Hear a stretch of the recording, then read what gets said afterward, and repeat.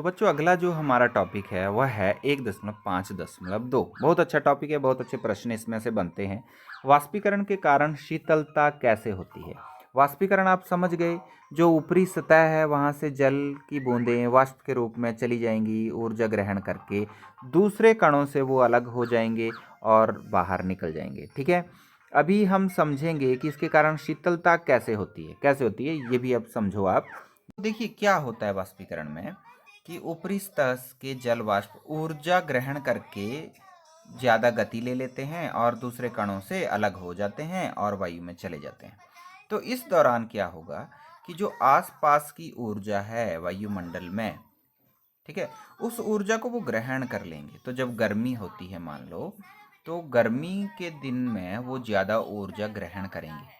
ठीक है, तो आसपास की जो गर्माहट है उसको अवशोषित कर लेंगे और वायुमंडल में चले जाएंगे। इससे क्या होगा, वायुमंडल में आसपास थोड़ी शीतलता बन जाएगी। ऐसे ही एक और यहाँ पर उदाहरण दे रखा है कि जब आप एसीटोन या जो नाखून साफ करने वाला होता है ना द्रव, उसको जब हथेली पर रखते हैं तो आपको ठंडक महसूस होती है। क्यों?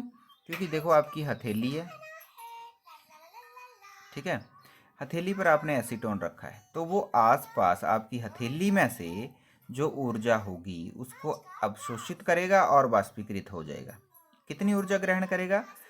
प्रसुप्त ऊष्मा के बराबर ऊर्जा ग्रहण करेगा वो और वाष्पीकृत हो जाएगा। इससे क्या होगा, आपके हाथ को ठंडक महसूस होगी क्योंकि आपके हाथ के आसपास की ऊर्जा को वो अवशोषित करके चला गया है।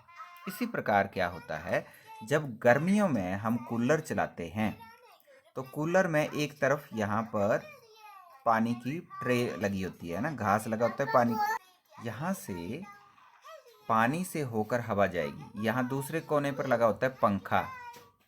तो जब हवा यहाँ से गुजरेगी तो क्या होगा, ये अपने साथ जल के कणों को ले आएगी और पंखा जो है इसको कमरे में भेजेगा। तो कमरे में जहाँ जब बहुत गर्मी के दिन हैं तो ड्राई कमरा होगा, शुष्क होगा, वहाँ पर कोई जल की बूंदें नहीं होंगी। अब हवा के साथ आई हैं जल की बूंदें, ये क्या करेंगी, कमरे के अंदर जो गर्मी है उससे ऊर्जा ग्रहण करेगी। और कितनी ऊर्जा ग्रहण करेगी? प्रसुप्त ऊष्मा के बराबर, और बाष्पीकृत हो जाएगी। ये जल के कण जो हवा के साथ आए थे पंखे से होते हुए, वे वाष्पीकृत हो जाएंगे और आसपास की ऊर्जा को ग्रहण कर लेंगे, तभी तो वाष्पीकृत होंगे।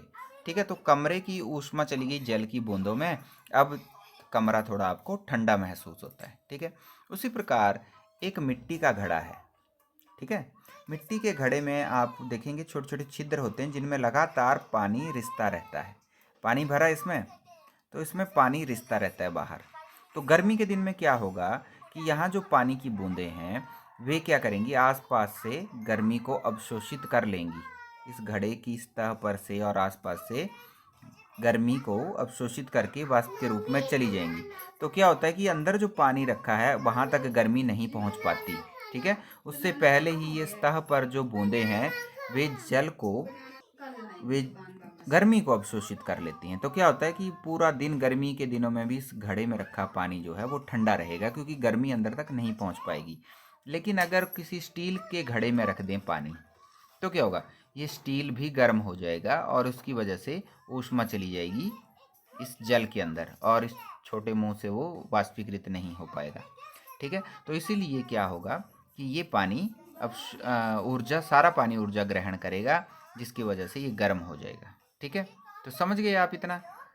ठीक है, गर्मियों में हम सूती कपड़े क्यों पहनते हैं? देखिए गर्मी में पसीना पड़ता है, तो पसीना पड़ेगा तो जो सूती कपड़े हैं वे पसीने को जल्दी सोख लेते हैं, अवशोषित कर लेते हैं, जिसकी वजह से क्या होगा कि जब ये सूखेगा, ये कॉटन के कपड़े जब सूखेंगे तो क्या होगा, वे आसपास की हमारे शरीर की गर्मी को लेकर निकल जाएंगे वाष्प बन के, जिससे हमें ठंडक महसूस होगी। इसलिए हम सूती कपड़े पहनते हैं, यानी कॉटन के कपड़े पहनते हैं गर्मी में ताकि ठंडक रहे। ठीक है, उसके बाद एक और है यहाँ पर कि बर्फीले जल से भरे गिलास में ठंडा पानी फ्रिज से निकाले या बर्फ़ रख दो तो क्या होगा, ये ठंडा है, अब इसने ऊर्जा ग्रहण करनी है। ठीक है, आसपास के वायुमंडल से इसने ऊर्जा ग्रहण करनी है। तो ये वायु यहाँ पर टच हो रही है इसमें। ठीक है, इस वायु में जल की बूंदें भी हैं। ठीक है, तो इस वायु से ऊष्मा को ग्रहण किया बर्फ ने और ये पिघलना स्टार्ट हो जाएगा। ठीक है। और आप देखोगे कि ये जो जल की बूंदें थी हवा में, यहाँ से ऊष्मा चली गई बर्फ के अंदर, तो ये जो वाष्प के रूप में थी बूंदें, ये गिलास के आसपास इकट्ठी हो गई, ठीक है, और ठंडी हो गई, और ठंडी होके बूंदों के रूप में ले ली। ऐसा तो नहीं कि स्टील के गिलास में से पानी रिसेगा तो नहीं ना। तो वायुमंडल में जो पहले से जल की बूंदें थी, जो वाष्प के रूप में थी, उनमें ज़्यादा ऊर्जा थी। वो जब इसके साथ टकराई, जो वायु इसके साथ टकराई, उसके साथ जल की बूंदें टकराई, तो उन जल की बूंदों ने अपनी ऊर्जा को दे दिया बर्फ को, और बर्फ लग गई पिघलने। तो ये बाहर की जो बूंदें थी, जो वाष्प के रूप में थी, इन्होंने अपनी ऊर्जा जब दे दी तो इनकी ऊर्जा कम हो गई। तो भाप में से अगर ऊर्जा कम होगी तो वो जल में परिवर्तित हो जाएगा, ठीक है। तो इस प्रकार से हम देखते हैं कि उसके बाहर आपको बहुत सारी जल की बूंदें इकट्ठी हुई दिखती हैं, और आपको लगता है कि जैसे इसमें से पानी बाहर निकल गया हो।